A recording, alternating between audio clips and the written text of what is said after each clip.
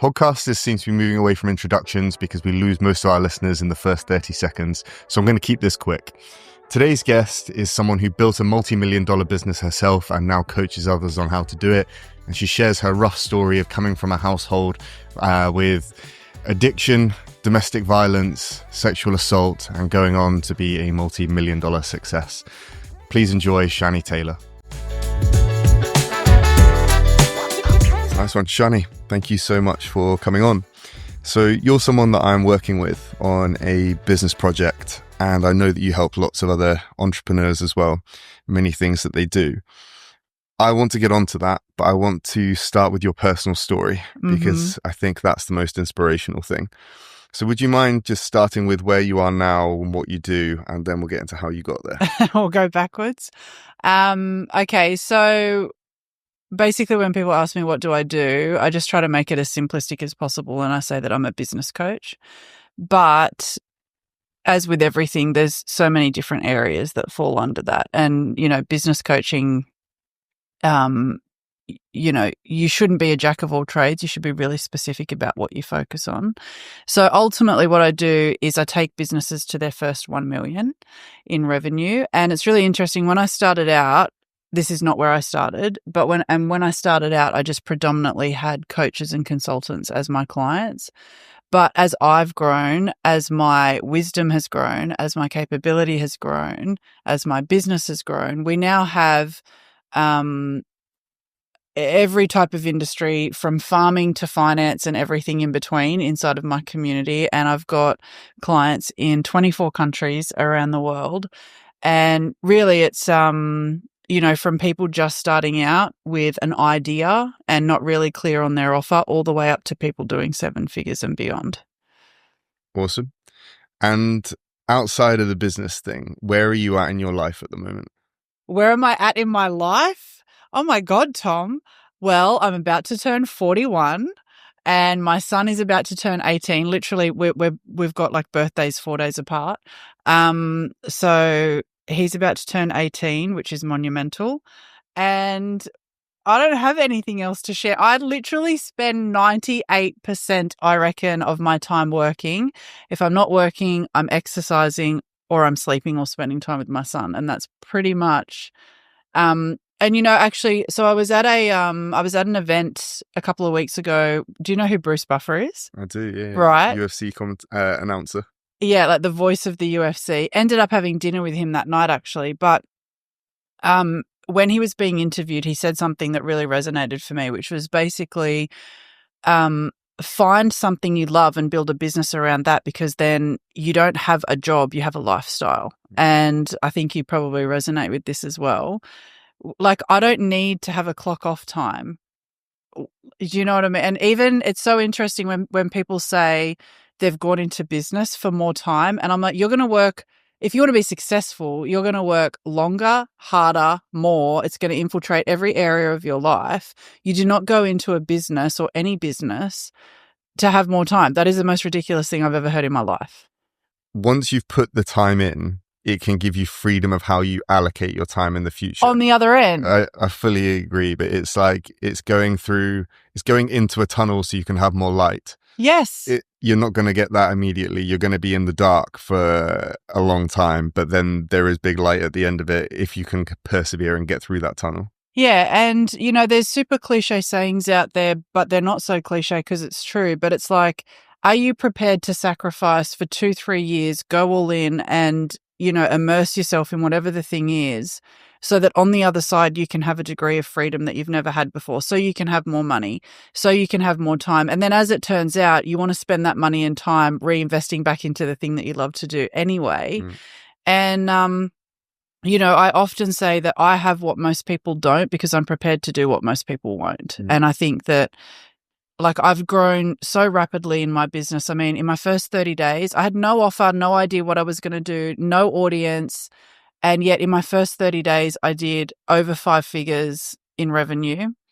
In my first year, I did over 350,000. And then by the second year, we'd become the 7-figure success that we are now. And it really is because I didn't treat it like a job, which I think a lot of people do. It's like, well, it's Friday, 5 p.m. It's time to go to the pub now. It's like, no, the work doesn't stop. So, yeah, I think you've got to find what you love. Why do you do it? Why do you spend 98% of the time working? Obviously, like, it gives me a sense of purpose and fulfillment. And, you know, I get coached every week myself. And what I love about coaching, and what I love about business, actually, business is just a mirror and a reflection for personal development, in my perspective. There's nowhere for you to hide. So being in business for me is about partially being in relationship with the self, and then partially about being in relationship with others, the world, the universe, because all of your stuff is going to be highlighted. Your good, your strengths, but also your weaknesses, your insecurities, and it's really an opportunity for self-exploration. So there's that. And then the other thing for me specifically around coaching, and even though I say I'm a business coach, by the way, if you ask my clients, they say she's a life and business coach. I would never say I'm a life coach, because life coaches are broke, by the way. Tony Robbins is the only life coach that's ever made money. Nobody buys life coaching. You need an outcome, right? But the reason that I'm fiercely protective of the coaching industry and what we do is because coaching really has made me who I am today. Because I did not learn, which I know you want to unpack, but growing up, I did not learn how to be the person that I am today. And that's been through really great mentors. Let's dig into that. I know. Did you like that little segue that I gave you? Teed it up for me. Where did it start? Yeah. So I was born into Sydney's suburb with the worst rate of homicide. Still to this day, it has the worst rate of homicide, super low socioeconomic. I don't know the London or the UK equivalent, actually, but I'm sure you've heard of Compton, yes, in America. So I always liken it to Compton, because most people can then understand like what the suburb is actually like. I'm the product of an affair. So my father was already married and my mother was his girlfriend. And when she said that she was pregnant, he said, get an abortion or I'm going to blow your kneecaps out. Obviously, none of those things happened. But, you know, he was quite wealthy, but my mother was not. And he provided no financial support, wasn't around at all. And my mother ended up repartnering and having some children with that man. But, you know, we were super low socioeconomic, was not taught about wealth building, was not taught about money management, was not taught about how to save, how to invest. Like, money was a thing that other people had. And, you know, the mindset of that type of environment as well is very much like there's not enough and scarcity and, you know, just kind of surviving. And when I was 16, I got kicked out of home and ended up living on the streets. And that's where I picked up an intravenous drug addiction. So I used to put needles in my arm. And I used to sleep under a bridge. And I was, you know, and I kind of get tired of telling the story, because I feel like we've heard it all before. I feel like everybody is out there saying like I was homeless and I was broke and I was this and I was that, but like I really was. And, you know, I really feel like I've had to crawl my way back from the depths of some pretty serious hell. I think that's one of the hardest things to do. Do you think that having that behind you is perhaps what might be a factor in you spending 98% of the time working out? I definitely think in the beginning, so I've unpacked this as well. I think there was a long time, even before I started this business, because, you know, I have exceptional work ethic. And even when I was a drug addict, I was still working. I would still go to work. And what were you doing? I was like working at a corner store. But, do you know, like when you're putting needles in your arm and you're not in a good state, but you're still going to get up and go to work. Do you know what I mean? So, I mean, I've not experienced it personally, but did it not incapacitate you from doing that? Oh, there were times where I couldn't go. Right. But what I'm saying is, when you first get high, yes, you're on a lounge, you're on a floor, you're on a road, whatever, and you're incapacitated, but then you're kind of topping yourself up and you're on the edge throughout certain periods to be able to kind of function, go out, do what you need to do. So, there was definitely a period of time where my motivation was running away from what I didn't want rather than having the mindset of moving towards a desired future. And even when I started this business, for sure, I can see that in the beginning it was about not wanting, literally I had like a spiral story, right? And I think everybody has a spiral story. And people who know me well know my spiral story, which is basically, if somebody doesn't buy today, I'm going to end up with no money. My business is going to crumble. Nobody's going to want to be my friend. I'm going to end up back on the streets and I'm going to end up living back under a bridge. And that's the spiral story. But I'm conscious enough now that that's not the thing that runs me, and I'm creating the future rather than running away from the past. They did an interesting study on this, which is kind of metaphorical. But in New York, they ran a test on some rats where they put them in a box and they tied a spring to their tail that could measure the force that they pulled at. Right. They put in the smell of cheese at one side and they measured how hard the rat pulled, and it pulled X amount of power. They then put in the smell of a cat the other side, and the rats pulled even harder. So what this showed was that running away from the cat was more than appealing. Running towards. Then they wafted the smell of the cheese in at one side and the cat in the other, and as you would expect, this was what pulled the most output from the rats. And I use that quite a lot. I think the people who pull the hardest are the people that have the cat at the tail and the cheese at the nose. When you were in this period, obviously you weren't shooting drugs into your arm and then thinking, okay, now I'm going to go be a business coach. Yeah. It just sounds ridiculous, doesn't it? Yeah. So what pulled you out of that? What was the catalyst to make you realize that you needed to make a change? So I don't know that there's ever one defining moment. There's a few things that I know. The first thing that I know is that from a very young age, I knew within me that I was meant for more than the environment that I was in. And I would look around, and honestly, there were times where I wondered if I was adopted because I just didn't feel like I belonged in that home with these people in this environment.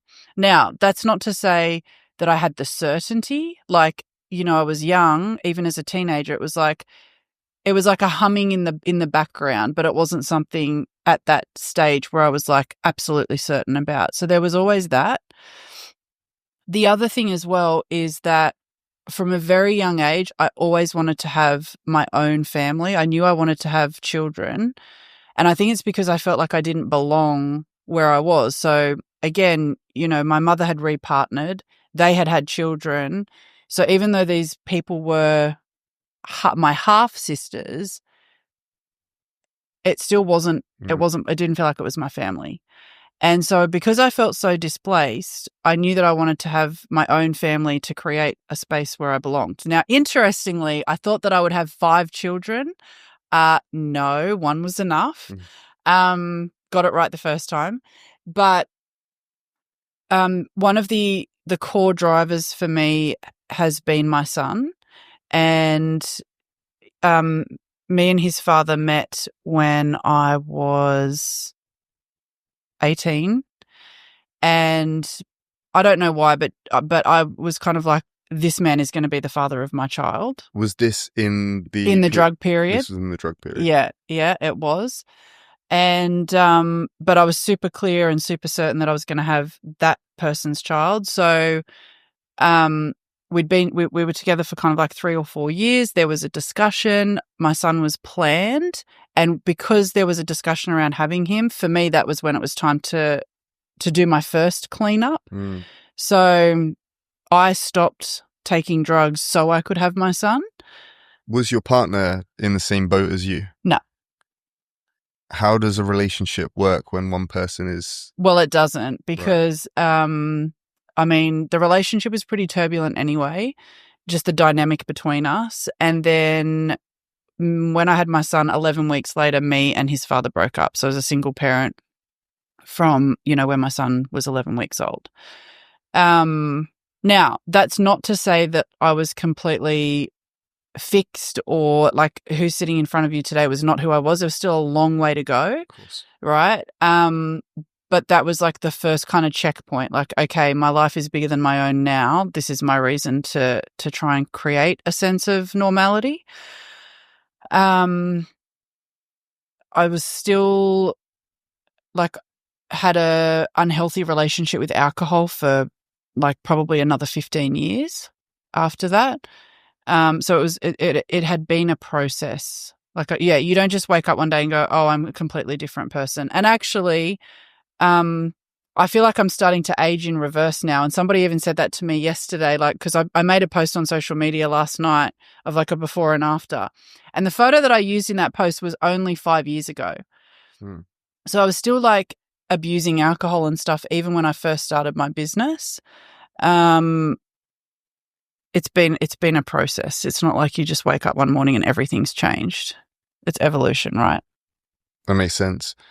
There is a theory that addiction is escapism, and whether it's to substance, whether it's to video games, even to sport. Yeah, health, anything done in an extreme is an addiction. Yeah, and the theory that I was hearing on this is the people that love to play sport is because it just shuts down that voice in your head, and you're just fully present and in a way at peace from that voice in your head while you're doing it. And I was thinking, like, I've got really into paddle. Mm-hmm. And whenever I'm playing paddle, it's all I'm focused on is this little green ball that's bouncing off the walls, and there's nothing else going on, right? Whenever I do jiu-jitsu, I mean, that's a bit more intense, because when you've got another 100-kilo man trying to choke you unconscious, then it's hard to think about anything else. Right.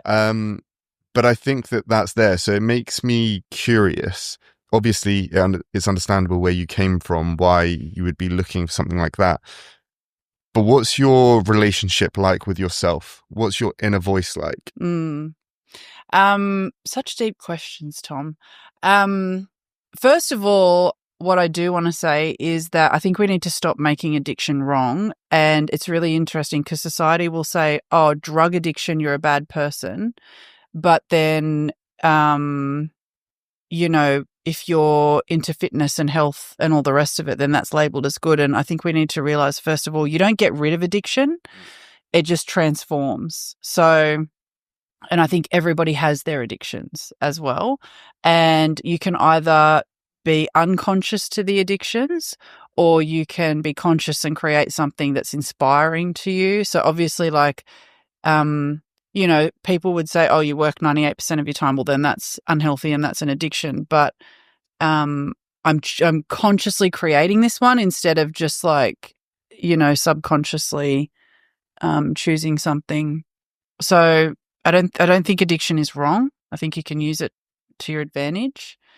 And then in terms of how my relationship is with myself, the older I get, the better it gets.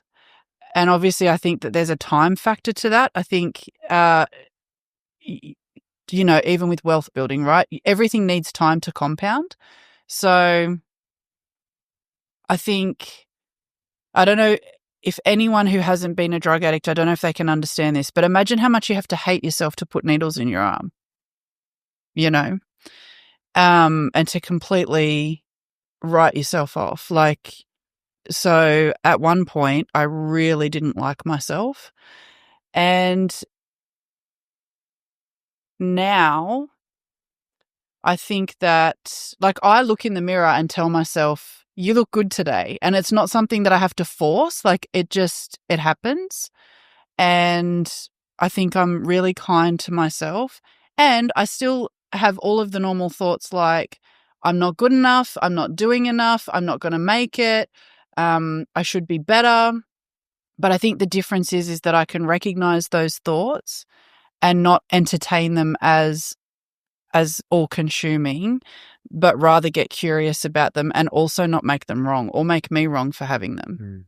and like not go with them. So I think a lot of people like turn up in my community, and one of the biggest blocks to any success, I think, is about the way that you speak to yourself. Because if you aren't your own best friend, how the heck are you going to survive in the world? Because nobody else is going to look after you, right? Something I realized a lot last year, and I won't tell the full story again because it'd be the fourth time I've told it on the podcast. Oh, but I haven't heard it. That's not fair. I'll tell you the detailed one afterwards. But last year I sort of had a revelation on how I spoke to myself was diabolical. And it's something that people have been telling me for years, and I always just shrugged it off as platitudes. And I then realized that it was making me miserable. And when I quit my job where I was working for another boss who obviously has to be more diplomatic when he deals with his staff, so generally isn't, rude or abrasive the majority of the time, I then quit to go and be my own boss.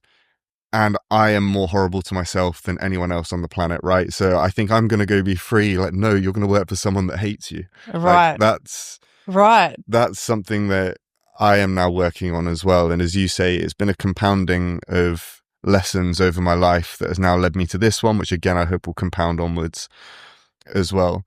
But I noticed that during that period where I was being so hard on myself, then I was underperforming, and which would make me harder on myself. Again, it was that downward spiral. Right. That was leading me back to addictions that I used to have. I used to, as a teenager, be really addicted to video games. Mm-hmm. And in that period, I didn't want to work anymore. I didn't want to even think about it. I didn't want to see an email, and what used to motivate me was now killing me. Mm-hmm. And I retreated. I started picking up video games again and playing in that because it was pure escapism. I then wasn't sat with the uncomfortable feelings towards myself or the internal monologue. And I drove myself further down with that as well. And then you reach a point, for a lot of people, they call it rock bottom. Like, I know this wasn't rock bottom for me because I've been there before, and this was, I don't know, a few meters above it. Yeah. But I reached a point where I'm like, okay, no, this is enough. And then you have to tackle it. And since tackling that voice and how I speak to myself, it's made everything else so much easier. When you have a day where you underperform, instead of thinking, you waste of space, like, literally, what did you do today? You did 4 hours work, and you call like that's enough. It's like, okay, so I only did 4 hours today. Why was that? Mm-hmm. Sit with yourself. You're on the same team. Don't attack yourself. Work out why it's happened and look to solve the root cause of it. If the reason was because I just didn't have the attention span today, okay, what have I done over the weekend? Have I spent all of it scrolling Instagram? Well, no wonder I haven't got the attention span today. If you are on the same team as yourself and you're working to find the solution, you're going to very quickly find that spark for life come back again. Mm. It's interesting that you say about being on the same team. So let me tell you, I think where it really shifted for me was about 3 years ago. I was in the bathroom, normal morning, getting ready for the day, and, putting on makeup or whatever. And I'm looking in the mirror, and for the first time ever, I heard myself in my brain say, "Oh my God, your skin looks disgusting." Mm. And I must have said that to myself all the time, but on this particular day, I heard it. And I went, hang on a minute, that's not my thought. That's not my voice. And I actually realized that it's these thoughts and these judgments, they were my mother's, not mine. Mm. And so it's interesting that you talk about being on the same team, because I think from that experience and that realization that these criticisms and judgments that we all have going on in our brains, it's not even us.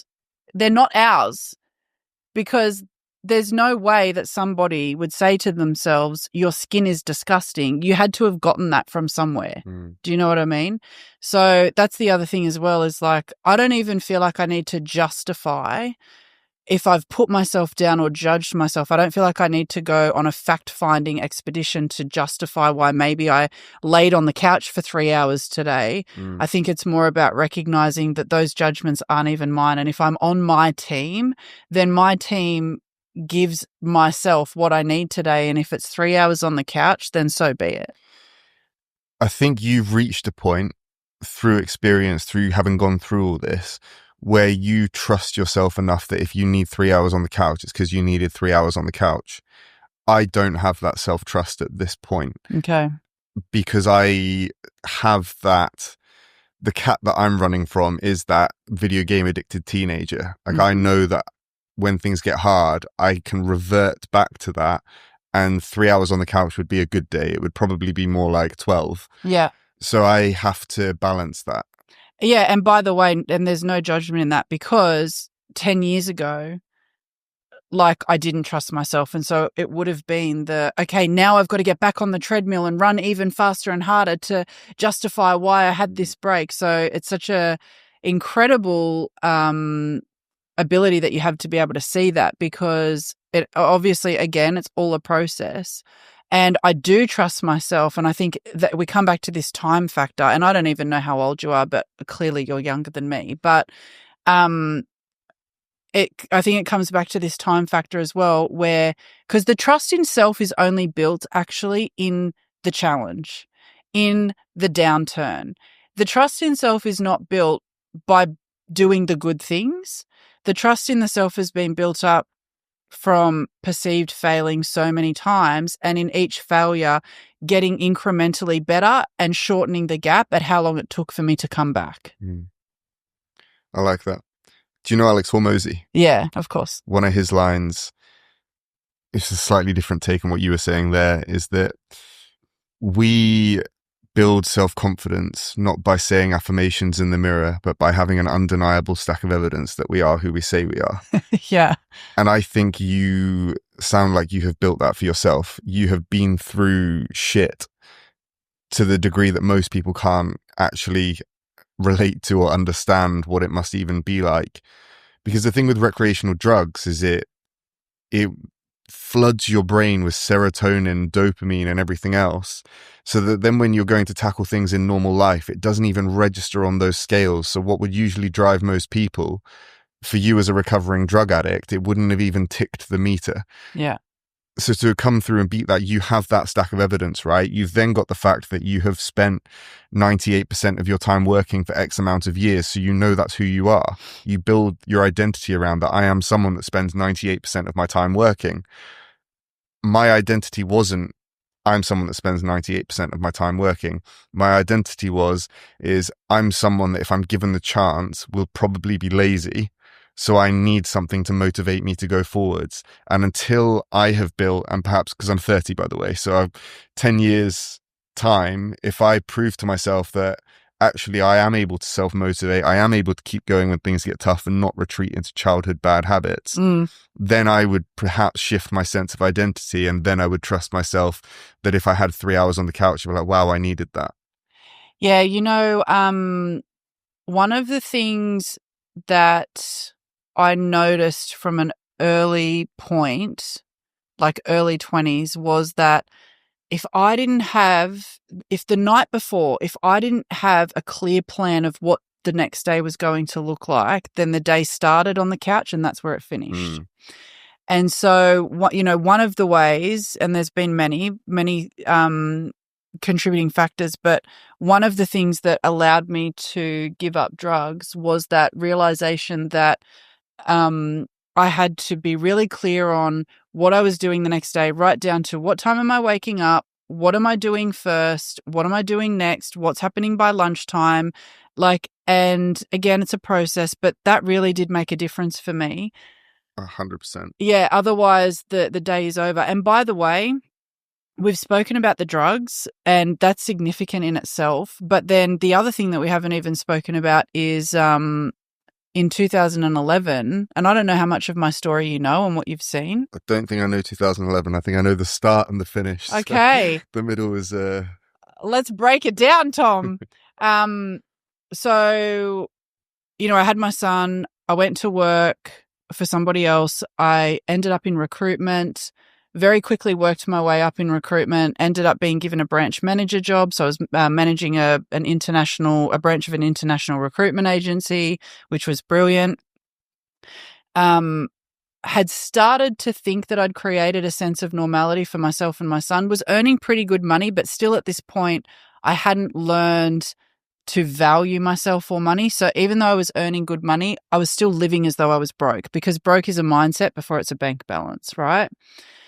But had started to kind of have a routine and some normality. And then in 2011, I was held in a house under duress for 2 days by a family member and repeatedly sexually assaulted.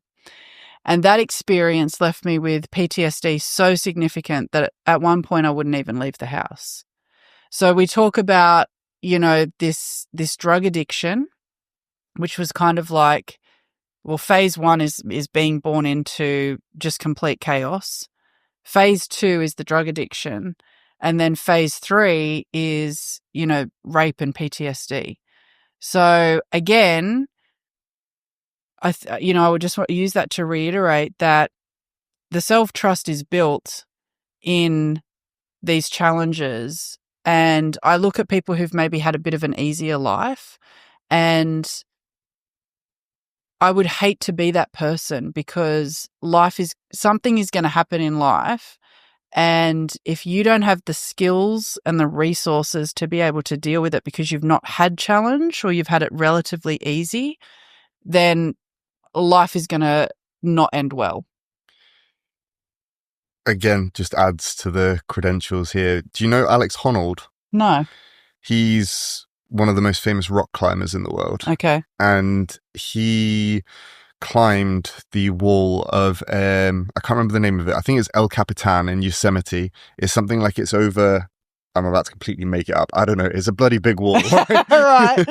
It's a bloody big wall, and it takes most people days to climb up it. They do a segment, they set up a tent on the wall, they sleep on it, and then they carry on going up. He did the whole thing free solo, which means he didn't have ropes tying him to this wall. If he falls, if there's a big gust of wind, it's game over. Right. And he climbed the whole thing in 4 hours. But I don't know anyone who's tried to just walk in a straight line for 4 hours, right? Imagine now you're climbing and clinging to a wall that if you slip, you're dead. There were no safety features. And when he was in an interview afterwards, they were asking him, why he does these kind of things. And he said the most interesting thing happened when he was flying back from this. He was sat in the airport, and everyone around him was so stressed because the flight was delayed by 3 hours. He said people were screaming at the staff, people were, banging on counters. And he was sat there in the most tranquil state thinking, you're in an air-conditioned airport right now. You are literally sheltered, you have food, you have water, and you've lost 3 hours of your day. And where he was going with this is, if you don't create hardship, if you don't create real fear or danger in your life, your brain is literally designed and evolved over thousands of years to look for these things. And if you don't actually experience it, it will create it in the smallest inconveniences. Mm-hmm. And we see this in stereotypes, right? We see the rich girl that's been born into a millionaire's family and given everything she wants, and then she doesn't get her pony for her birthday. She gets that, and it's the worst thing ever, right? It's the tantrum, and we look at her and think, how spoiled. But it's the human brain. Mm-hmm. That is the biggest hardship she's had to deal with for a year. So she handles it like that. And if you are born into a life where you are given real hardships and real trials and everything else, nothing else is going to actually cause that. So I agree with what you're saying. I wouldn't wish those things to happen to me or to anyone else anyone else at all, full stop. But I do think that is a big reason why you're then able to tackle some of these bigger problems in life, and they don't feel like such a big problem because you know what a real fucking problem is. Yeah, and I got to say, at one point when I was kind of not on the complete other side of PTSD, but had kind of saw some light, because, by the way, the PTSD, I mean, at one point I honestly wanted to take my own life. And the only reason I didn't, again, is because of my son, because I didn't want that to be the legacy. But I was waiting around to die because I didn't realize that, like, the darkness that goes on, I didn't realize that it wouldn't always be that way. But at one point when I kind of started to shift and get on the other side of that darkness, I do remember this significant period of time where I was just like, almost felt invincible, almost felt like Superman, because then it was like, well, if I can deal with that, nothing is going to be able to touch me now. And it's kind of a powerful place to be in many ways. 100%. Yeah. And you reinforce that in business. You mentioned you recommend not being a jack of all trades and focusing in on one thing, and it's echoed by most of the great business minds that I listen to. And I'm aware that I'm kind of in a jack of all trades. Well, we had this conversation before we went on. Yeah. But one of the things that they were saying is the easiest thing to do is to start a business. It's new and exciting. You get it to a certain point, you hit a brick wall, and you think, okay, I took this to where it could be. I've got this other idea that I can go and do now. And then you switch lanes and you go and start on that. The different approach is when you hit a brick wall, you think, how can I break this down? And you smash your head on that brick wall over and over again until you break through it.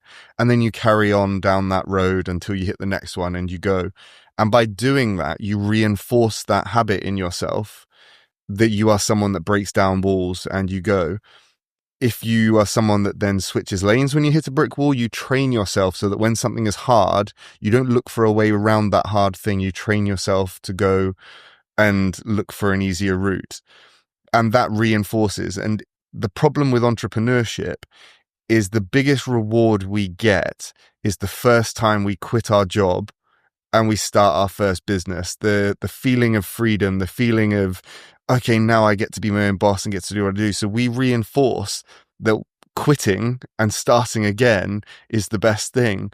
So I can't remember who it was that said this. The best thing you can do is erase that feeling and memory from your mind, because that is the only time that it was the right decision. Yeah. Now you need to be at the mindset of when shit gets hard, I find a way to conquer it and break down those walls. Yeah. I mean, I have many sayings, as everybody does, but the one that's popping up as you speak is, and it's something that I teach my community, and it's really simplistic, but it's master the mundane. And again, I mean, you're in finance, so you get this as well, right? It's like everything needs time. Everything needs time. And business is about doing the same things over and over and over again, because that's what builds your compound interest. But most people don't make it out of the gates. Really, they don't. And it's not because they have something that it's not because they don't have something and somebody else has it. It's because people get bored and then they want the next hit, whether that's the drug addiction, whether that's in the gym, or whether that's in business. And in addition to that, if you've come from an upbringing in your perception that's been turbulent, you were taught that chaos means growth. So as an example, if you were in an environment that was quite chaotic, emotionally turbulent in your upbringing, you were constantly in a state of hypervigilance. And that hypervigilance is what breeds activity and growth. And so you feel like you're growing when you're moving, doing something different, getting a dopamine hit of some description, which goes completely against what it means to build success in business, because actually success in business is about mastering the mundane and doing the same things over and over again. And so business people find that really difficult, people that are trying, because internally they're like, but if I'm not in a hypervigilant state, and if I'm not running from something, if I'm not doing multiple things at once, then I mustn't be growing. And they don't realize that actually the growth is found in boredom. And we are terrified of boredom. Yeah. Especially in this day and age. You know, I realized this the other day when I sat outside without anything in my hands, and I was sat there and I could listen to my own thoughts with no music, nothing. And I was like, oh shit, when was the last time that I literally just sat with my thoughts? And since then, it's become a habit, and now I'm doing it every day. And luckily I've got a dog here so that it gives me a reason to go out and do it every day. But we are so scared of boredom that before we even experience it, we habitually reach into our pockets, pull out our mobile phone and just start scrolling something to avoid it. But boredom is a powerful tool. Boredom is a tool that will then lead to motivation and lead you to get off your ass and do something. Yeah.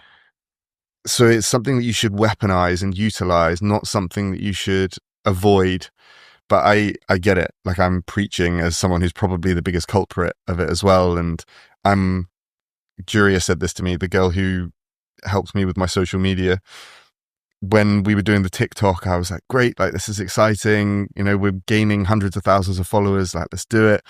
And then it reached a point that's sort of 6 months in, and I was like, I kind of don't really want to do that much anymore. I want to focus on these other things. Yeah. And she was like, just because it's not the most shiny and exciting thing, like, you have an incredible platform here. It'd be foolish to waste it and throw it away. And then about 2 months later, my mum said to me when I told her, Hey, mum, if you're listening, I love your mum. Yeah. Yeah. When I was starting, I told her I'd had another business idea, and I was like, right, I'm going to do this. And she was like, Tom, can we talk for a minute? She's like, you're feeling a bit like a butterfly with shiny object syndrome. And she was wise right. advice, Karen. Wise advice. And what that is what we were talking about, where I try something while it's new and exciting and I'm getting all the dopamine. Right. Then I hit a kind of obstacle, a kind of wall, and then I'm like, okay, what else is new and exciting? So that's another thing that's going to compound for me, the fact that I realized that it's not who I want to be. Mm-hmm. So one of the things with the podcast that's actually helped me keep going when I have had such a tough time with this, with the amount of technical issues that are just constantly going on. But one of the things that's kept me going is the fact that I know that I am someone who, when I hit a brick wall, has a tendency to switch lanes. Do I want to be that person? No, I want to be someone that is resilient and overcomes obstacles. But historically, I haven't been that. If stuff gets hard with a partner, I've typically broken up with them and run away. Oh, but I want to talk about this because can we talk about this? Because I literally yesterday had a session with my mindset coach, and that was the topic of conversation. Right. And she totally normalized this. And I mean, look at the name of this podcast, right? The Growth Game. And obviously you have a high value on growth. Couple of things before we talk about the relationship thing though. What I'm hearing, though, is that, and I think many people who are listening will relate to this. So, you know, when you start something, you can visibly see the growth. It's like quite exponential, quite quick. And then as soon as that pace slows down, it sounds like yourself and many people, that's when you get bored. And then you say that it's not growing, but it is growing. But now it's time to look at the other ways that it's growing. Or also, if you want to keep up that exponential growth, it's like, okay, so in order for me to take it to the next level of growth exponentially, I need to take the next level of risk exponentially. And I think that's the other thing is that the risk you take in the early days of inception of an idea to fruition versus the risk that is required once something is successful. There's a new level of risk that is required, and many people won't step into that version of unknown because it costs more money, more time, more energy, right? And it can feel quite unsafe and significant. Does that make sense, what I'm saying? Yeah, 100%. I relate it fully to the gym, except the risk part. But I saw a screenshot the other day of my progress tracker and the weights that I was lifting 2 years ago versus what I'm lifting now. In 2 years, I've got 10% stronger. Right. And when I started the gym, I was getting 10% stronger every week. Yeah, but where you were starting from exactly was so further back. And this is the thing, it's like you're not going to get the same 10% because otherwise you'd be the Hulk and then you're going to explode. Yeah. You know what yeah. You know what I mean? So there's that. But yeah, this whole growth thing around relationships. So it's one of the judgments that I make about myself as well, because I have not had a long-term relationship. Well, define long-term, but I have not had a long-term relationship since my son's father. That was the longest relationship that I've had. And, you know, typically they don't last any more than 12 months, and that's pushing it. And, you know, I was unpacking this with my coach yesterday as well. And this is not the first time we've gone on this exploration. And she says the same thing every time, which is, because I have such a high value on growth, and it sounds like this is probably similar for you, a few things. First of all, who says that a relationship has to eventuate to marriage, picket fence, 10 years, whatever. But the other thing as well is that we're all here to use relationship for our own growth and for exploration of the self. And if most people aren't growing at the pace, I can only speak for myself. So most people aren't growing mentally, physically, emotionally, financially at the pace that I grow at the speed. So as soon as the person that I'm spending time with, the gap becomes too big, then there's just nothing left in common to have a relationship about. So it's almost like it's okay to enter into something understanding that you're using one another for your growth. And when that no longer is on the table, you don't need to judge yourself about that. That's going to be a polarizing opinion, I think. Of course it will be. Of course it will be. But you get to say how relationship looks for you. We all do. I think by nature, humans love the idea of being monogamous, but what we are is serially monogamous, meaning we partner up with someone, we get exclusive for a period of time, and then, as you say, you move on to something else. We have this societal expectation that we look to build that picket fence life. We look to build something solid and procreate and give the children the best start possible, right? Because as someone who came from a broken home yourself, you know the challenges that can come with that. And statistically speaking, the highest indicator that a child will be sexually assaulted or abused is if there is a step parent in the family. That's the thing that is most likely to do it. Now, there are amazing step parents out there. I know that. I have an incredible stepfather myself and a lovely stepmother as well. They came after my childhood. I grew up in a home that was primarily two parents together for half of it, and then after that it was just two separate parents, but I never had any step parents in there. And I saw the deterioration in my quality of life when the parents weren't together versus when they were. And I think that's why, for me, I still want that to be the goal, that I find someone that I do build something with long term. But similar to you, I find that there becomes a disconnect at a certain point and you move on. So yeah, I think what you're saying is a spectrum, right, between monogamy and serial monogamy. Yours is perhaps just more at the serial monogamy stage.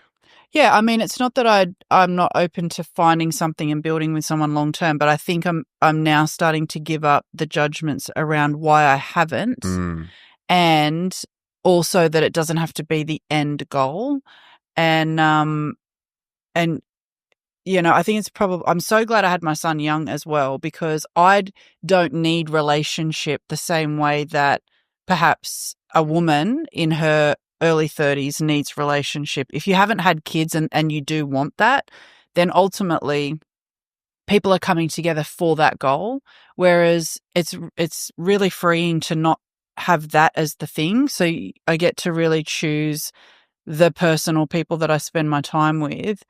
And I'm just starting to be really generous with myself around realizing that I'm not broken just because I don't stay with somebody for a long time. And, there's not many people that can keep up with me. There's just not. And then the other thing as well, as a woman, is that men find powerful women intimidating. Mm-hmm. And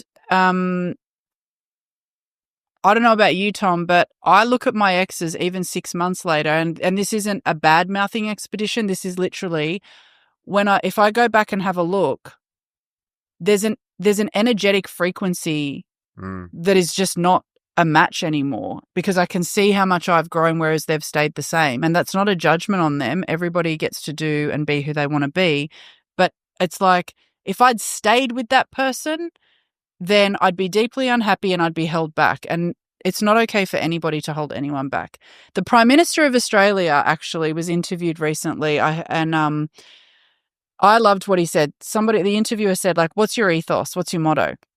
And he said, nobody gets left behind, but nobody gets held back from going forward either. And I was Nice. like, how good is that? I like that. Yeah. I also like the message of what you were saying, where you stop judging yourself for failing at relationships, to use that word. Because in the UK, a statistic that I heard the other day is 55% of marriages have ended in divorce. And that number is increasing. The odds of your marriage lasting until one of you dies, if you get married under 30, is much lower than that as well. I wish I could remember that figure. I'm going to look it up again afterwards. It is the norm, but it's just this societal expectation and goal that you find someone that you spend the rest of your life with. But I see that in my parents. They were right to come together and have children together. They were the right match for that. They were not the right match to spend the whole of their lives together. Right. My dad is an argumentative, angry, miserable old man, and my mum is too vibrant and happy. Yeah. My mum, she doesn't put up with that kind of thing, right? And I don't know how they managed to make it work for the 16 years that they were together, because in hindsight, yeah, I'm surprised what they both made it out alive. Right. But my dad now has someone who is completely calm, is immune to listening to his rants and outbursts, and it's perfect because he gets to be who he is, which is just naturally miserable, and that's fine.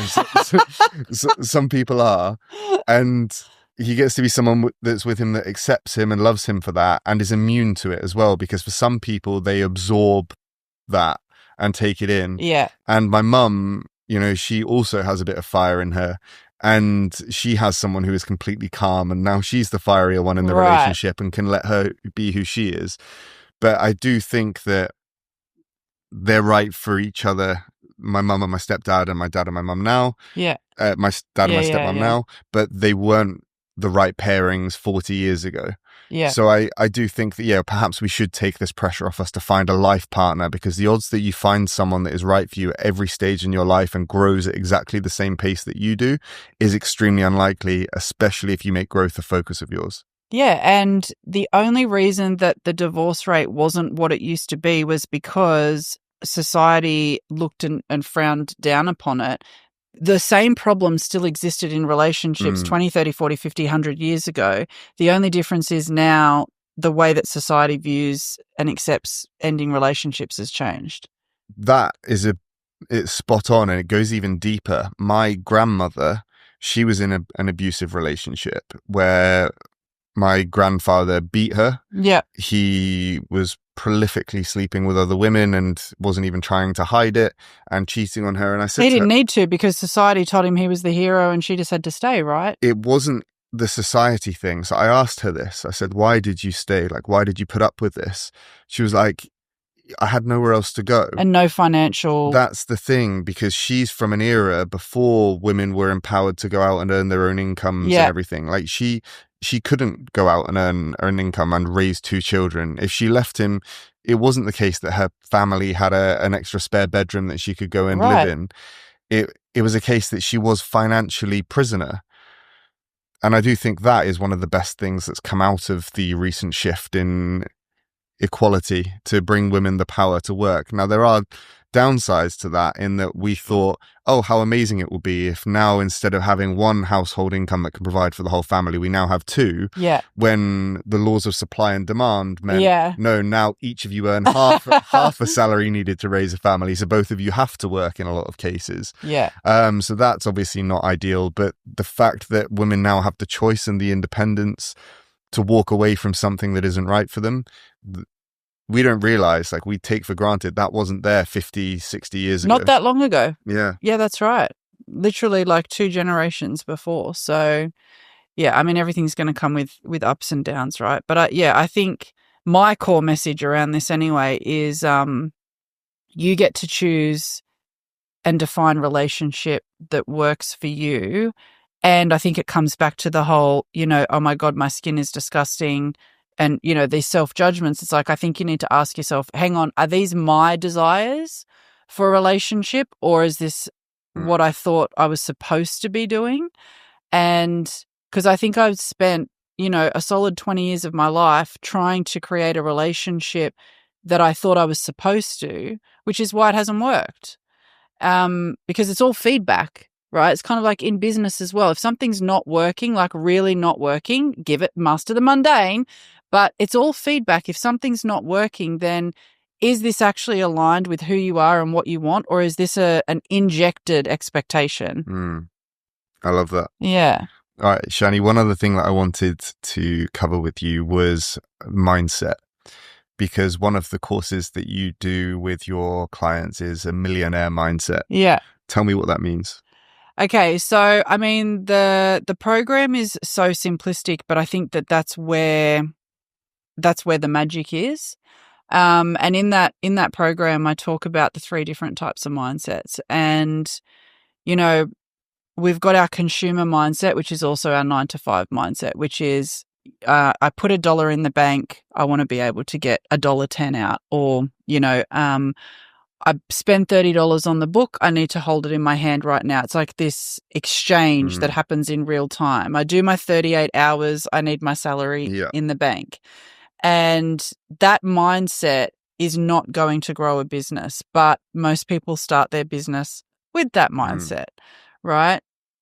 And then once you evolve past that, the next mindset to move to is what I would call entrepreneurial mindset, which is I understand that I am going to be investing action, time, and energy in the pursuit of a goal. And I understand that the action, the energy, the time, I'm not going to see the reward right now, but it's building the bigger picture. And then eventually you get to this place of leadership mindset. And leadership mindset, which to me matched with your entrepreneurial mindset, is the millionaire mindset, because leaders move first, leaders move always, and leaders move regardless of what they think they can or cannot see working in their external circumstances, because they know that if they keep moving, eventually the rest of the world will catch up. You familiar with Robert Kiyosaki? I am. I've spoken on the same stages as Robert. Oh, nice. It's like you've taken one of his fundamentals and then just built on that. One of his was that he didn't believe in the employee mindset of trading your time for money. Right. And he said one thing that he taught his child, or was taught to him as a child, I can't remember which context it was in. It was taught to him because he did Rich Dad, Poor Dad, right? Yeah. And his poor dad told him to go out and get a job. And his rich dad said to him, never trade your time for money. You need to be looking for ways to earn it, because if you start trading your time for money, it builds this transactional mindset that you were talking about. And that's something that I've noticed that's happened. I've primarily been an employee for most of my working career. And I have been thinking, I can earn X an hour, I can earn X an hour. Whereas to break into the highest earners on the planet, none of the top 1%, maybe none of the top 0.1% are employees. They're all business owners. Yeah. They all hold equity in the companies, so they have leverage. I would go to so far as to say 1%. I would say the top 1%, bar a few outliers, will all have equity and they'll have leverage in what they can do and they can get back, so that they stop trading their time for money. Yeah, that's right. And but it starts with the mindset, because you can't get there without the right mindset, because otherwise you're going to keep being in this transactional space rather than transformational. Yeah. Amazing. Shani, thanks so much for coming on. That's my pleasure. If anyone has listened to this and they are an aspiring entrepreneur, or they are in any stage of business and they want to keep up with you, where can they go? So, I mean, my favorite place is Facebook. It's where I've built an audience, but I also understand that I'm in the Stone Ages. So you can find me on Facebook. I'm also starting to be on Instagram. And otherwise my website, shanitaylor.com. Great. I will post links to all of them in the show notes below. Thank you. And thanks so much for coming on and sharing your story. That's my pleasure. Thank you. I find it inspirational. Yeah. And I look forward to keep working with you. Yeah. And you're you ask exceptional questions. So thank you for having me. Perfect.